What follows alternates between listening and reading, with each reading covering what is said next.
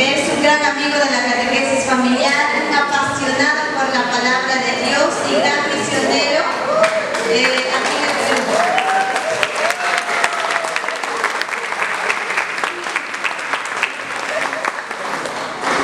Gracias por estar con nosotros, es una alegría tenerte en nuestro curso nacional. Y es un gran misionero, es italiano, pero está algunos años ya aquí, en la parroquia San Pedro de Caraballo, la primera parroquia. Él les contará un poco más, pero es una parroquia antigua, con tanta historia para el Perú, y propio tiene, como dice el Papa Francisco, el olor a las ovejas, sabe acompañar a su pueblo de Dios. Gracias.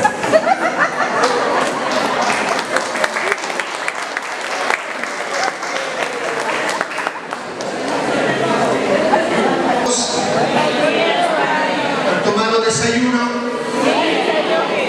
Sí, muy bien. Han bailado, han cantado, también despiertos. Como acaba de mencionar Luzmita, mi nombre es Roberto.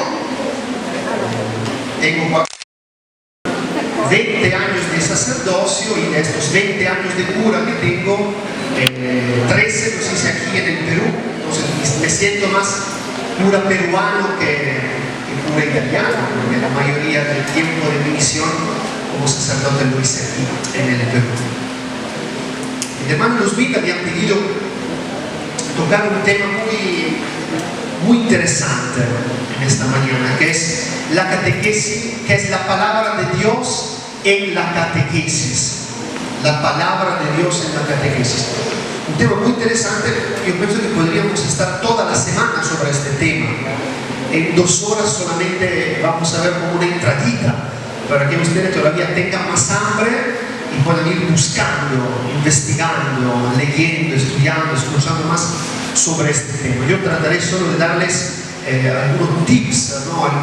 Abrir algunas puertas, algunos caminos para poder profundizar este tema que es importantísimo. La palabra de Dios en la catequesis. Terminando la primera parte, yo hablaré ahorita unos 40 minutos, media hora, veo cuando la mitad ya está durmiendo, ahí normalmente termino, y luego hacemos un pequeño descansillo, un receso, para que den una paseadita, y visto que afuera están vendiendo chifles, compren y luego haremos una segunda parte. Al iniciar la segunda parte, le vamos a dar una hoja, un texto, donde he tratado de plasmar todas las cosas que ahorita les trataré de decirles, para que ustedes lo puedan leer, también tal vez lo puedan compartir en sus parroquias, en sus comunidades. Yo sé que de aquí vienen de varios lugares del Perú, ¿verdad? No son todos limeños. No, vienen de varios sitios, ¿verdad? Arequipa, Cusco, Huancayo, Huaraz, Chulucanas, varios lugares, qué maravilla. Chincha, perfecto. Los chichanos hayan levantado la mano. Muy bien, entonces vamos a iniciar. ¿Están concentrados? Sí. Entonces, en primer lugar, me parece muy interesante para entender este tema de la catequesis relacionada con la palabra de Dios, ver cuál es la etimología, es decir, la origen de la palabra catequesis o catequistas. Porque si nosotros entendemos qué significa realmente solamente la palabra, nos damos cuenta de que no puede existir una catequesis sin palabra de Dios. Sería como decir, preparamos ceviche y no tenemos pescado, no tenemos bota, no tenemos nada. No tendría sentido. Así no tendría sentido ser una catequesis que no esté profundamente vinculada con la palabra de Dios, ¿no? Nosotros sabemos que la traducción literal de la palabra catequesis, la traducción literal es hacer resonar. Catequesis viene de 2 palabritas en griego, que es kata y ekeo, que significa resonar en profundidad, ¿no? ¿Y qué cosa tiene que resonar si no la palabra de Dios? Entonces, la catequesis de por sí es una experiencia a través de la cual nosotros hacemos resonar en nosotros y en los demás la palabra de Dios. Entonces, en ese sentido, si nosotros consideramos esta origen, esta etimología de la palabra catequesis, entendemos cuál es también la misión de un catequista. El catequista no es solo alguien que comunica algunas informaciones. A mí me parece que a veces, a lo largo de los años, lamentablemente hemos caído un poquito en esto. El catequista es alguien que tiene que aprender muchas cosas, que tiene que participar en muchos cursos de formación y luego, cuando está bien formado, comparte esas informaciones con sus niños, con los adolescentes, con las familias, con el adulto mayor, por ejemplo, ¿no? Esa es una visión muy, pero muy parcial de la misión del catequista. El catequista no es solamente una persona que comparte informaciones. Esta es una visión muy, muy, muy parcial. El catequista es aquel que hace resonar en sí mismo y en los demás la palabra de Dios. Eso no lo invento yo, esto lo dice la palabra. La palabra catequesis, lo repito, la palabra catequista y también la palabra catecismo viene de esto, ¿no? Hacer resonar en profundidad. Esta es la etimología de la palabra, ¿no? Entonces, el catequista es aquel que hace resonar la palabra de Dios en el corazón de los demás. Por esta razón, el catequista no anuncia una doctrina propia, ¿no? Yo no estoy aquí como catequista para decir lo que a mí me ha gustado, lo que el Espíritu Santo me ha dicho a mí, lo que la hermanita tal me ha contado. Yo estoy aquí para hacer resonar la palabra de Dios en el corazón de aquellos hermanos y hermanas que el Señor me ha confiado. Por esta razón es importante recordarnos que nosotros, como catequistas, y pienso que también esta es la finalidad de la catequesis familiar, por eso de lo que yo he entendido en esos años, nosotros no estamos aquí para anunciar una doctrina. La finalidad de la catequesis familiar no es, lo sabemos, supongo todos, no es compartir una doctrina o informar. La finalidad de la catequesis familiar es que la familia viva un encuentro con una persona viva. Esta persona es Cristo. Esa es la finalidad de la catequesis familiar, que la familia viva un encuentro con una persona viva que es Jesucristo. Normalmente nosotros, cuando hacemos referencia al Evangelio, nos decimos, el Evangelio, la primera cosa que supongo que nos viene a la mente es un libro. Si yo digo, anunciamos el Evangelio, me imagino que a la mayoría de los católicos lo primero que piensan es leer una página del Evangelio y poder compartirla, meditarla con los demás. Eso seguramente es exacto. Sin embargo, al origen de la vida cristiana, en los primeros siglos de la Iglesia, cuando todavía no existían los 4 libritos que nosotros conocemos bien, la palabra Evangelio no hacía referencia a un libro. La palabra Evangelio hacía referencia a una buena noticia, sabemos, ¿no? La palabra Evangelio, eu en griego significa bueno, algo agradable. Angelo, de donde viene ángel, significa anuncio, una noticia. Entonces, la palabra Evangelio literalmente significa una buena noticia. Y esta buena noticia para nosotros es una persona. Es una persona. Cuando nosotros como católicos hablamos de Evangelio, hacemos referencia en primer lugar a una persona, porque la fe es un encuentro. La fe es un encuentro con la persona viva de Jesucristo. Es un encuentro vivo con su palabra.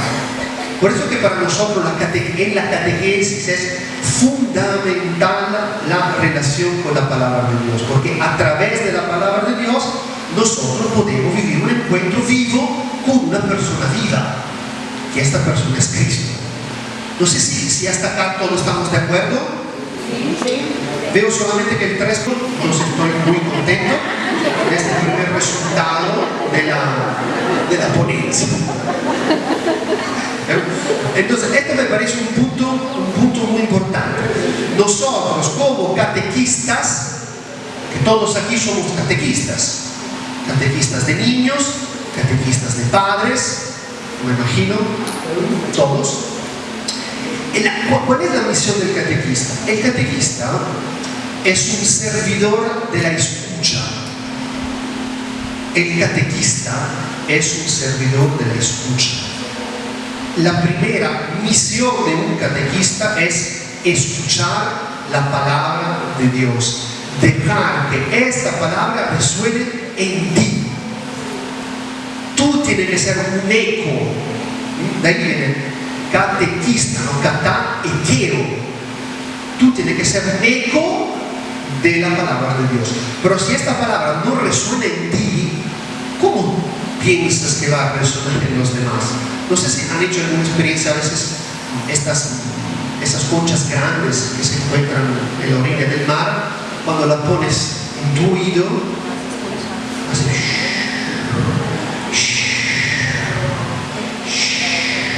sigues escuchando las olas del mar. Que en realidad no es así, no es que yo cuando era niño pensaba que las olas del mar estaban atrapadas dentro de la mar. No es así, ¿no? Pero este eco que tú escuchas, yo de niño pensaba que las olas estaban atrapadas dentro de la concha, pero no era así. Todo lo que están con nosotros deberían escuchar cuando se acercan este mismo eco, pero de la palabra de Dios. Tú tienes que estar tan repleto, tan empapado de la palabra de Dios, que cuando uno se acerca a ti, si tú eres de verdad un catequista, tiene que escuchar el eco de la palabra de Dios. Por eso que a mí me gusta mucho esta definición, ¿no? El catequista es un servidor de la escucha en primer lugar.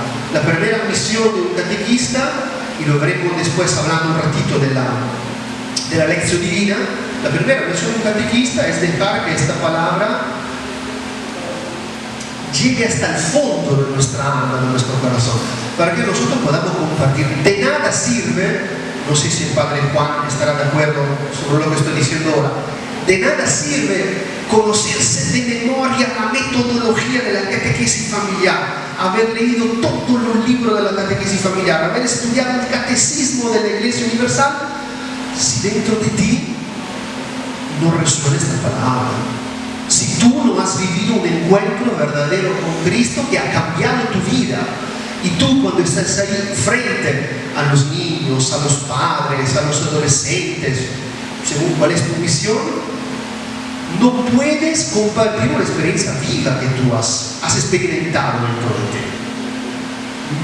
Entonces de nada sirve estudiar, participar a todos los congresos nacionales, mundiales, interplanetarios de la catequesis familiar, si tú no has vivido el encuentro verdadero con Jesús y no dejas que todos los días esta palabra te alimente, todos los días.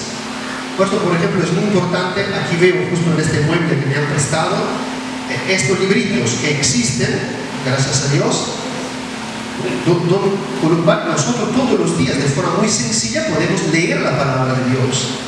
La palabra de Dios que nuestra madre, la iglesia, todos los días nos propone la liturgia diaria. Otra experiencia muy bonita, no, padres, está muy caro, las paulinas nos cobran mucho, no sé qué. Es verdad. Entonces, me imagino que todos ustedes tienen su Biblia. Entonces, lean un capítulo al día de los evangelios.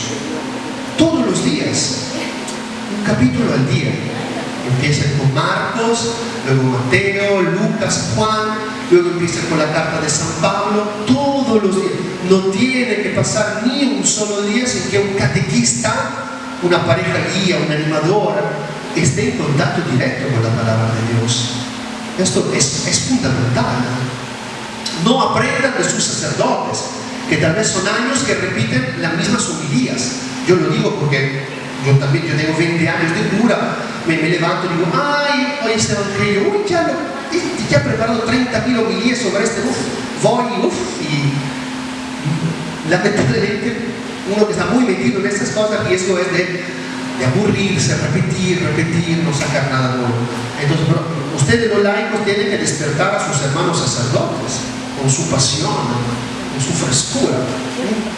Yo, por ejemplo, una cosa que hago para no caer en esto, un compromiso mío personal, es todas las noches antes de dormir, yo medito el Evangelio del día siguiente y grabo un pequeño audio haciendo un comentario de 1 minuto y medio, 2 minutos sobre el Evangelio del día siguiente. Lo publico a la medianoche, más o menos, antes de tumbarme a la cama, y el día siguiente todos los que están conectados a este, donde publico, lo pueden escuchar. Pues es un compromiso mío, porque yo sé que si no lo hago, después durante el día voy a estar correteando por aquí, para allá, arriba, abajo, y no me va a dar tiempo. Entonces, la última hora de mi día yo llego ahí, me tomo mi pisquito, medito la palabra de Dios, grabo, lo mando. 1 hora, 45 minutos. Es un canal de WhatsApp. No sé, que está para cualquiera se puede conectar ahí, ¿no? Pero es un compromiso. Yo sé que si no lo hago, porque me acerco casi a los 50 y la flojera a veces me invade, yo sé que si no lo hago en ese momento del día que yo separo, después el día siguiente va a ser un desastre. Entonces, primer punto que yo quería subrayar con ustedes es la importancia que el catequista viva un encuentro verdadero, personal, con la palabra de Dios. Tu primera responsabilidad como catequista es ponerte en escucha de la palabra de Dios. Después, participar en los encuentros de formación en tu parroquia, participar en los momentos de encuentro con los padres. La primera es que tú estés empapado de la palabra de Dios. No sé si sobre este punto estamos todos de acuerdo, me parece. Aparte del 3% que está durmiendo, me parece que los demás están de acuerdo. Perfecto. Pasamos a un segundo punto, ¿no? Después ustedes podrán verlo con calma en esta hoja que le vamos a repartir. He separado algunos textos bíblicos, algunas líneas, pocas, pero muy fuertes, donde la misma palabra de Dios nos habla del poder, de la belleza de la palabra. Por ejemplo, un texto muy conocido del Salmo 119: lámpara es tu palabra para mis pasos, luz en mi sendero. En este Salmo 119, que es el salmo más largo, los salmos son 150, el 119 es un salmo larguísimo, que es todo un himno a la palabra de Dios. Encontramos esta línea, ¿no? Lámpara es tu palabra para mis pasos, luz en mi sendero. En el momento de oscuridad, la palabra de Dios realmente nos puede iluminar, nos puede indicar el camino, ¿no? Tengo que ir a la derecha, tengo que ir a la izquierda, qué decisión tengo que tomar. Tengo un problema con mi hijo, no sé qué decirle. Tengo un problema con mi esposo, ya no sé qué hacer. La palabra de Dios nos ilumina. Eso es lo que dice el Salmo. Otro texto muy interesante que me gusta mucho, lo encontramos en el libro del Apocalipsis. Después ustedes encontrarán ahí varios textos para que puedan seguir leyendo, meditando. En el libro del Apocalipsis, exactamente en el capítulo 10, hay una parte muy bonita donde el ángel, saben, ¿no? Que en el libro del Apocalipsis, el mismo Juan, el autor del Evangelio y de las cartas, de las 3 cartas de San Juan, hace como una experiencia mística dentro del libro del Apocalipsis. Y hay un ángel que a un cierto punto, dentro de esa experiencia mística que Juan está haciendo, le dice: toma, fíjense, toma el libro y come. Y Juan se queda sorprendido: ¿cómo toma el libro y come? Y él se da cuenta de que el ángel lo está invitando a comer el libro de la palabra de Dios. Entonces Juan dice: yo tomé este pequeño libro y empecé a comerlo. Imagínense la escena, ¿no? Hay que leer místicamente, no es que se está comiendo el libro con un pato de pollo, ¿no? Sentido, él agarra la Biblia.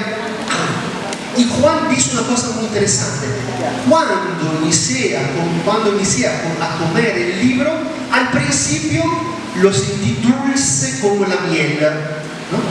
Cuando tú lees la palabra de Dios, no sientes el gusto, el sabor dulce como la miel, pero luego pasándolo lo sentí, dice Juan, agrio o amargo como el vinagre. ¿Qué significa esto? Porque al principio la palabra de Dios es dulce y luego se transforma en agrio, amargo.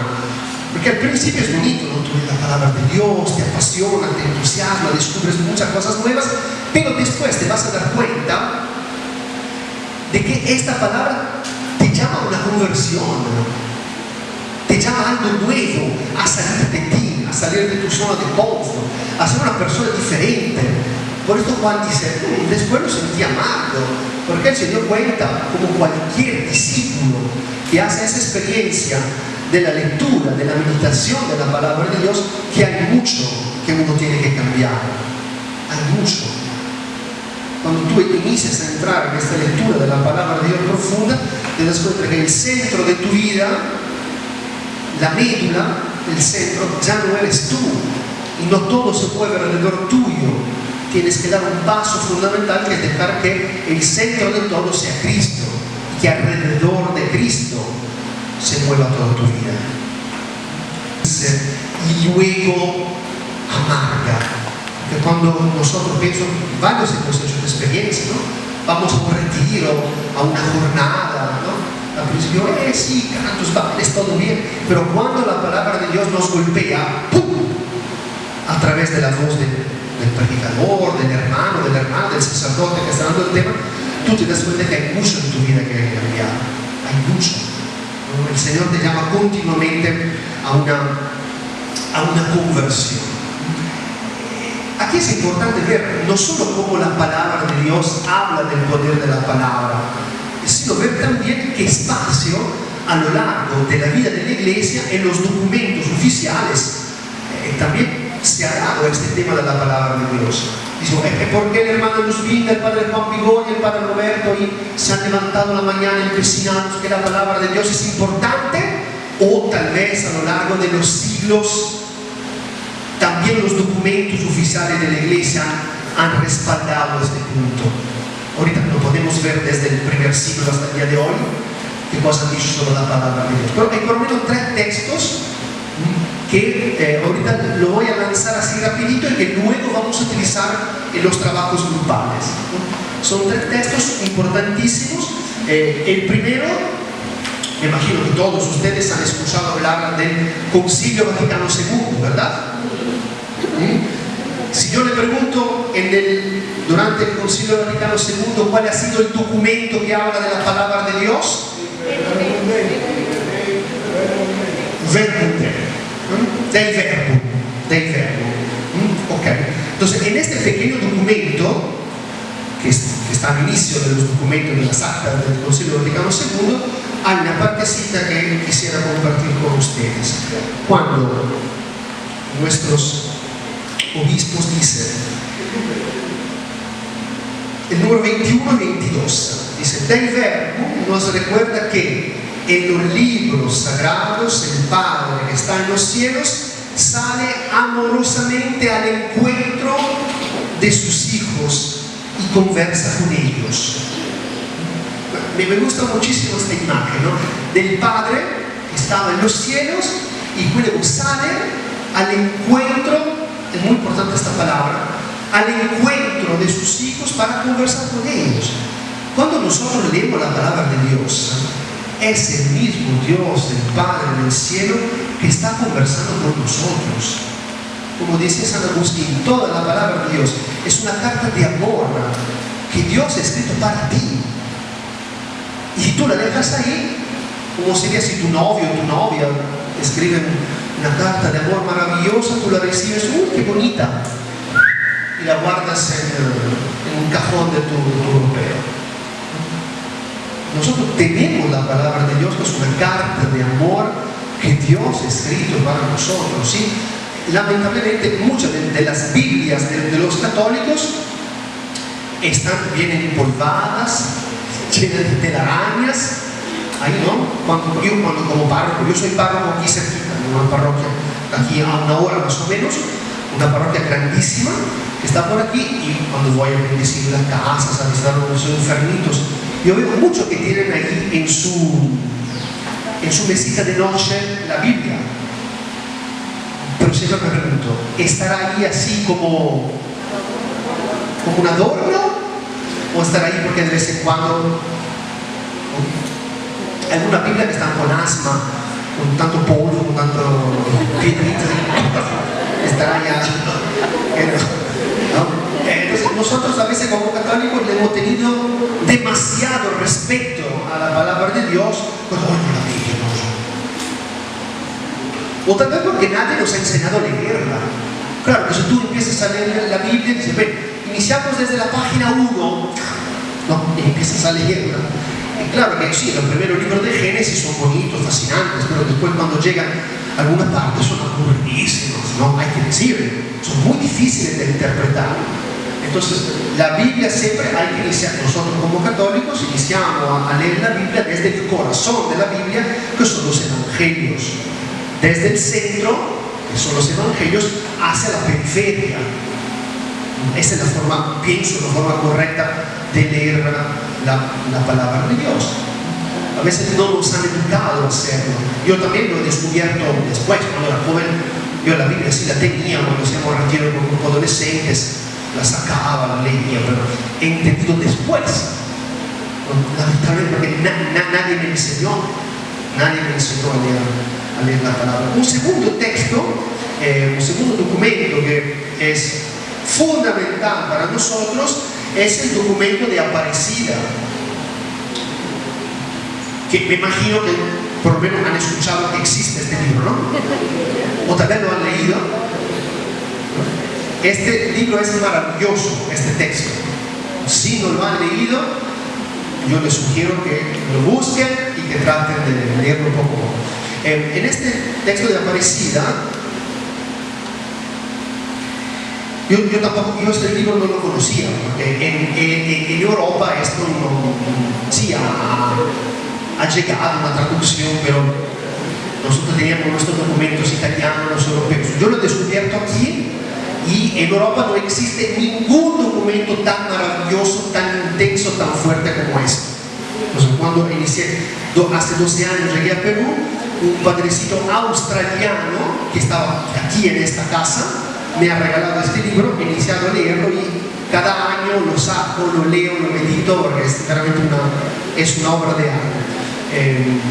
Al número 248 dice: el encuentro con Jesucristo, Verbo encarnado, es posible en su palabra, que conserva toda su autoridad y vigor. En efecto, la palabra de Dios, escuchada y celebrada, alimenta y refuerza interiormente a los cristianos, etcétera, etcétera. Aquí nuevamente encontramos la palabra encuentro, igualito que la de Verbo. El encuentro con Jesucristo, Verbo encarnado, es posible con su palabra. Sí, pero yo, ¿cómo puedo encontrar a Jesús? Pedro o los demás lo tocaban, ¿no? Jesús lo veían, sabían de qué color eran sus ojos, como qué cara ponía cuando estaba cansado, qué cara ponía cuando tenía hambre. Nosotros no podemos verlo, tocarlo. ¿Cómo podemos nosotros vivir un encuentro verdadero con Jesús? Los evangelios nos revelan que Jesús lo podemos encontrar en los pobres, Jesús lo podemos encontrar en la comunidad reunida, Jesús lo podemos encontrar en la Eucaristía, en el pan de vida, y Jesús lo encontramos en su palabra. Aquí el documento de Aparecida subraya justamente este punto. El encuentro con Jesucristo, Verbo encarnado, es posible en su palabra. Cuando tú lees la palabra, cuando tú vives un encuentro con la palabra de Dios, estás viviendo un encuentro con Cristo, con el Señor. El último documento que quisiera compartir, un documento mucho más reciente, que es la alegría del Evangelio famosa Evangelii Gaudium de nuestro querido Papa Francisco.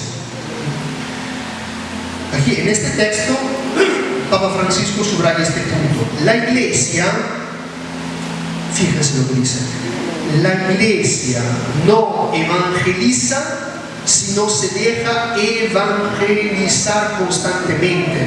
Es indispensable que la palabra de Dios sea cada vez más el corazón de toda actividad eclesial.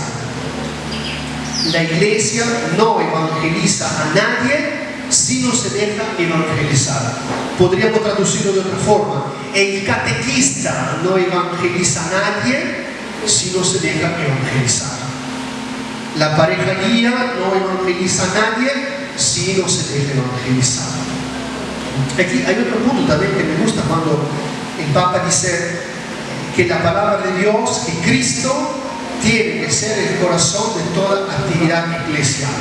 Les voy a contar una pequeña anécdota, así que los que están durmiendo se despiertan. Hace muchos años, en un pequeño pueblo cerca de donde yo he nacido, en un pequeño pueblito del norte de Italia, en la frontera con Suiza, donde hay nieve desde los primeros días de noviembre más o menos hasta Pascua a veces, ¿no? Cuando hace frío, ¿no? 3, 4, 5 grados bajo cero, ¿no? Todo. Un pequeño pueblito donde todavía hay tradiciones antiguas, ¿no? En un pueblo cercano llegó el día del Corpus Christi y, como es tradición, se hace la procesión con el cuerpo del Señor, ¿no? Con el ostensorio, etc. Entonces dice que el párroco estaba a cargo. Entonces las flores, perfecto, los niños que tiran los pétalos, la alfombra roja para cuando sale el Señor, la banda afuera que esperaba, el coro juvenil con su guitarra ahí para entonar el canto, los acólitos, todo perfecto. El párroco se reviste con la casulla más bonita que tenía, todo listo, todas las velas, todo perfecto. Entonces el párroco, todo concentrado, agarra la custodia del Santísimo Sacramento, empieza a salir del templo para hacer la procesión, y un monaguillo, el más chiquitito que estaba ahí, le jala la casulla y le dice: Padre, ¿te has olvidado a Jesús?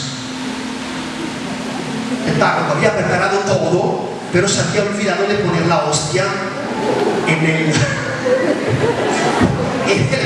la custodia. Es una historia real, no me la estoy inventando.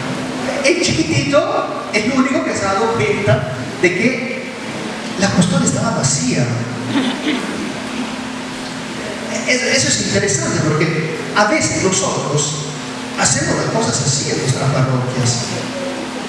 En su parroquia no, en la parroquia de sus vecinos tal vez, ¿no?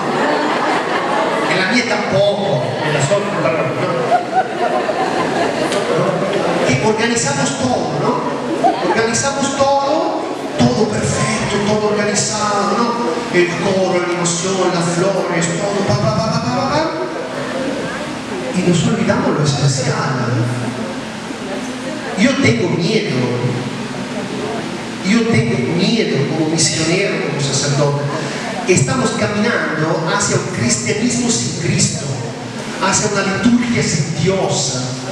Yo tengo miedo, de verdad, lo comparto en esta asamblea, porque de verdad tengo miedo a esto.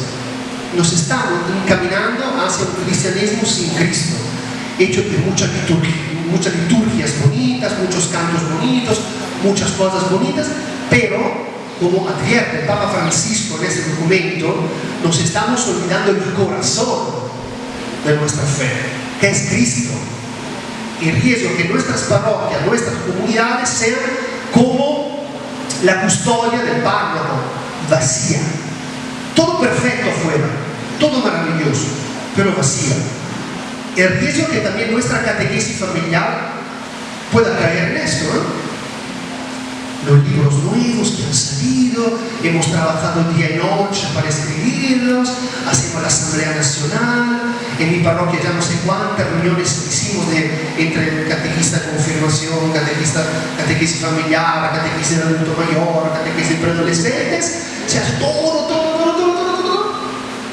Y al final, si en nosotros no resuena la palabra de Cristo, ¿qué hacemos? ¿Qué hacemos? ¿Qué hacemos? Yo de verdad que estoy preocupado, porque esto lo veo, no en mi parroquia, no, pero en las otras parroquias, sí. Lo veo, no, parece la mía, es una broma, pero es la cosa que a veces olvidamos que este proceso de evangelización tenemos que hacerlo con el Evangelio. No evangelizamos a nadie haciendo polladas o haciendo no sé qué actividad. Pero si no evangelizamos con el Evangelio, de aquí a unos 50 años la iglesia peruana será una ONG que hace muchos servicios, ¿no? Los niños vienen, los padres vienen, buscan el bautizo para sus niños, los bautizan 3 añitos, desaparecen, cumplen 9 añitos, regresa para la primera comunión, catequesis familiar. Ay, toda la semana tengo que ir a la charla. 2 años. Los niños reciben la primera comunión, desaparecen.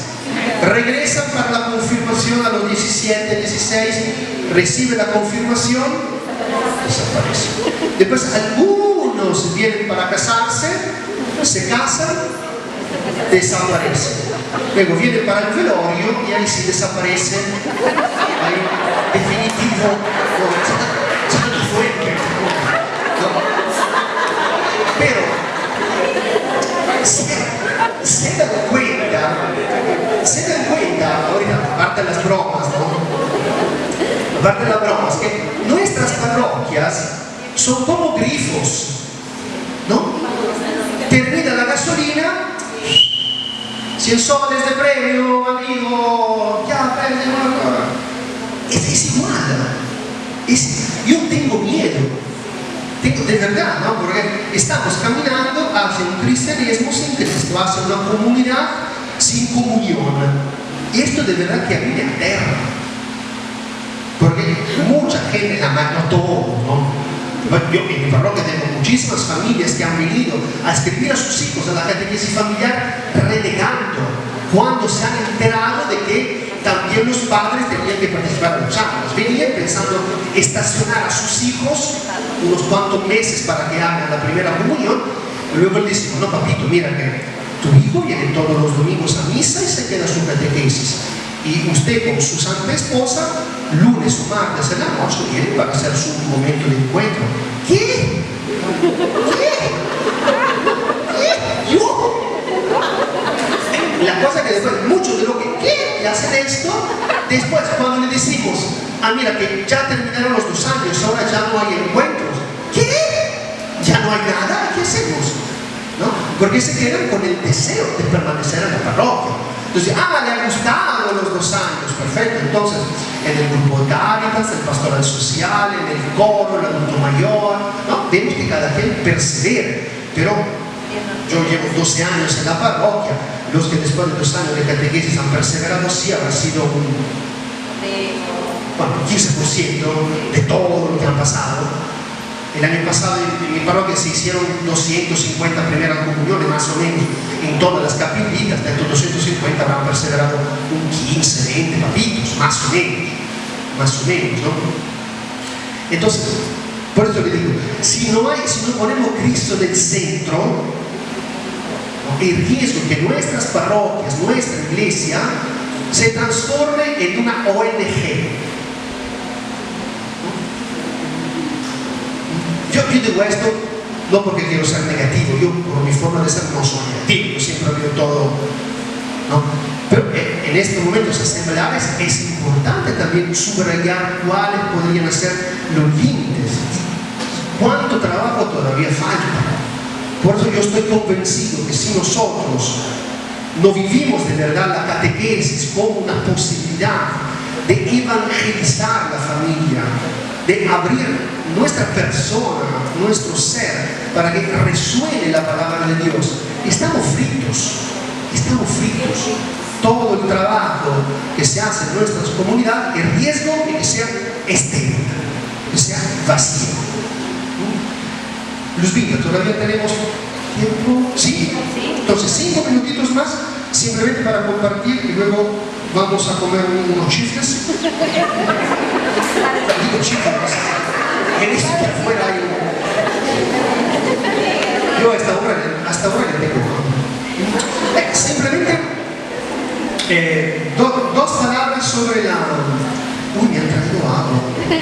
Gracias.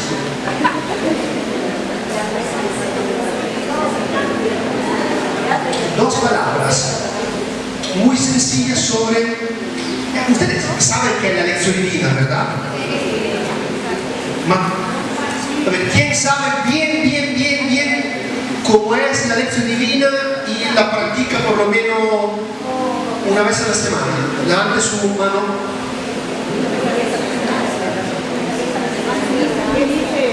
Uy, qué entusiasmo. ¿Qué dice el tema? ¿Qué me dice a mí? ¿Y a qué me comprometo? Ok, a ver, la lección divina, chicas, estoy aquí, concéntrense, no sé que tienen hambre, están cansadas, mírenme un ratito, no sé que no soy tan guapo, pero miren. La lección divina es, en la tradición de la iglesia, una de las formas más interesantes para interiorizar y meditar la palabra de Dios. Normalmente la lección divina está dividida en 5 puntos. Son 5 momentos que tienen todavía el nombre latino. Entonces, lección divina significa una lectura divina, lectura de la palabra de Dios, ¿no? Los 5 puntos son muy sencillos. Primero, lección, o sea, la lectura. Leo el texto bíblico. Esta mañana cuando yo entré, el hermano Luzbina estaba leyendo el texto bíblico de hoy día, del Evangelio de Marcos. Creo que para leer la palabra de Dios necesitamos por lo menos leer y entender lo que dice la palabra de Dios. Necesitamos por lo menos 2 cosas, un espacio y un tiempo. No es igual leer la palabra de Dios en el micro que leerlo sentaditos en el silencio del cuarto. A veces nosotros no disfrutamos de la lectura de la Biblia porque no tenemos ni un espacio ni un tiempo adecuado para la lectura. Entonces, yo les sugiero, si quieren intentar, háganlo en un lugar silencioso, apagando su celular, encerrando a su esposo en el baño, sus nietos que vayan a otro sitio. Entonces, necesitamos algunas condiciones básicas, porque si no, si cada 30 segundos tu esposo te pregunta, ¿está papel higiénico? Y falta el aceite, y no sé qué, no vas a poder hacer la lección divina, ¿no? Ok, entonces va a molestar cada rato. Entonces, un espacio y un tiempo. Tiene que ser un espacio apropiado. Yo lo sé que no todos estamos en un convento, estamos en silencio, pero yo pienso que es posible en nuestras casas tener un espacio de silencio, de meditación, tal vez dejándonos. Yo he visto en muchas casitas de mi parroquia, yo vivo en una zona muy humilde, muy pobre, ¿no? En la parte norte, en muchas casitas los hermanos que participan de la catequesis tienen un altarcito como este. Nosotros le hemos enseñado en una mesita, en un esquinero, pon ahí una velita, la imagen del Señor de los Milagros, la Virgencita, tu Biblia, ¿no? Un rinconcito que sea como un rinconcito de paraíso, ¿no? Aquí en Lima hay el rinconcito arequipeño, el rinconcito no sé qué, ¿no? En su casa ustedes hagan un rinconcito de paraíso, un lugar especial donde ustedes van cuando desean rezar, cuando desean hacer la lección divina. Entonces, para leer la palabra de Dios necesitamos un espacio, un tiempo, porque somos humanos y nos distraemos todos. Entonces, primero la lección. ¿Qué cosa me dice el texto bíblico? Esa es la pregunta. Leo, termino la lectura, y ¿qué cosa me dice este texto bíblico? ¿Qué informaciones podríamos sacar de quién es el personaje más importante? ¿Cuáles son los verbos fundamentales? ¿Qué sucede? Etcétera. Segundo punto es la meditación, ¿no? La meditación. Es decir, yo leo, ¿qué me dice el texto? Luego, la meditación es ¿qué cosa me dice Dios a mí? Porque tú sabes muy bien qué cosa quiere decir este texto a la vecina, ¿no? Pero no es así. Entonces, ¿qué cosa me está diciendo a mí? Tercer punto, la oración, es decir, la oración.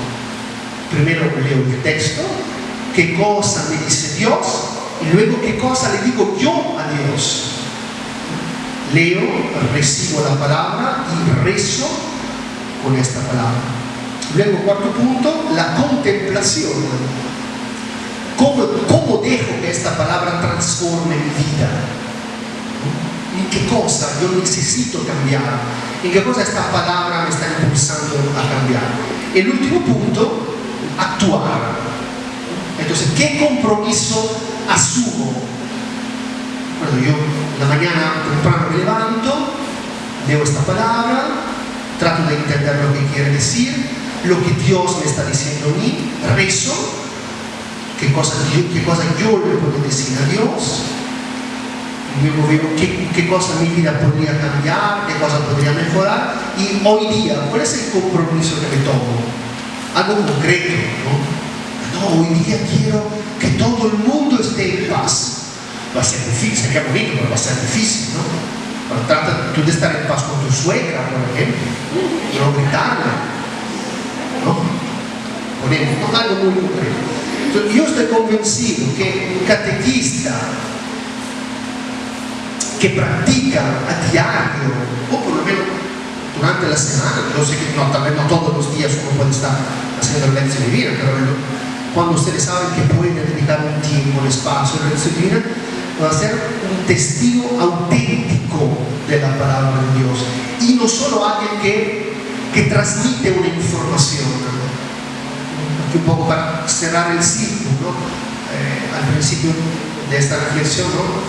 Yo le decía, el catequista no es alguien que simplemente transmite un contenido, transmite una información. Nosotros como catequistas estamos llamados a transmitir un encuentro, a compartir un encuentro. Yo he encontrado a Cristo en mi vida, lo he encontrado gracias a la catequesis familiar, lo he encontrado escuchando su palabra y por eso estoy aquí. Y por eso, queridos papitos, queridas mamitas, queridos niños, estoy aquí para compartir. Pero si nosotros no vivimos esa dimensión testimonial de la fe, el riesgo, que lo repito una vez más, es que nuestras iglesias, nuestras parroquias se conviertan en grifos, donde alguien viene solo porque necesita un servicio litúrgico o un servicio sacramental.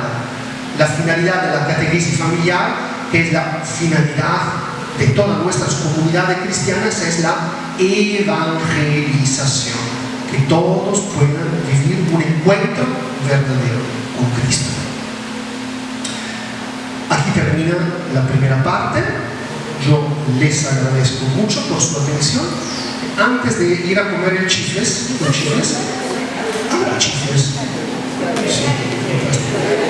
Yo he traído, si alguien desea, algunos libritos que escribí en esos últimos 2 o 3 años. Un primer librito, que lo están vendiendo allá al fondo, si alguien desea. El primer libro habla de la misericordia. Son 3 parábolas del Evangelio de San Lucas. No es la parábola del Padre Misericordioso, son 3 palabras no tan conocidas. Y hago una pequeña reflexión, un comentario. Misericordia, no sacrificios. 3 parábolas de Lucas. Luego, el otro librito, que salió en italiano primero y luego lo traducí en castellano, es sobre el Evangelio de Marcos. Yo me he dado cuenta, meditando, estudiando el Evangelio de Marcos, que muchísimas veces se habla de la mano de Jesús. No sé si alguna vez se han percatado. Jesús toca, Jesús toma de la mano y levanta, Jesús pone su mano en los ojos, Jesús pone su mano en la oreja del sordo. Hace un montón de cosas, ¿no? El Evangelio de San Marcos, en todo el Nuevo Testamento, es el texto donde más veces encontramos la palabra mano referido a Jesús, ¿no? Entonces hice este pequeño trabajo de comentar todos los textos de Marcos donde se habla de la mano de Jesús, y el título de este librito es Una caricia para todos. Esta es la conclusión de mi estudio, que Jesús tiene una caricia para todos. Y el último librito, que justo para la Cuaresma, que iniciamos la próxima semana, es un comentario a las 7 palabras de Cristo en la cruz. ¿Saben? Las famosas 7 palabras. Aquí también este librito salió en Italia el año pasado, y en la clasifica de los libros católicos en Italia ha llegado a ser el segundo más vendido en Italia, este pequeño librito. El primero era del Papa Francisco, el segundo me ha sorprendido, no imaginaba. Lo hemos traducido en castellano y lo estamos vendiendo, está a 4 soles, ¿no?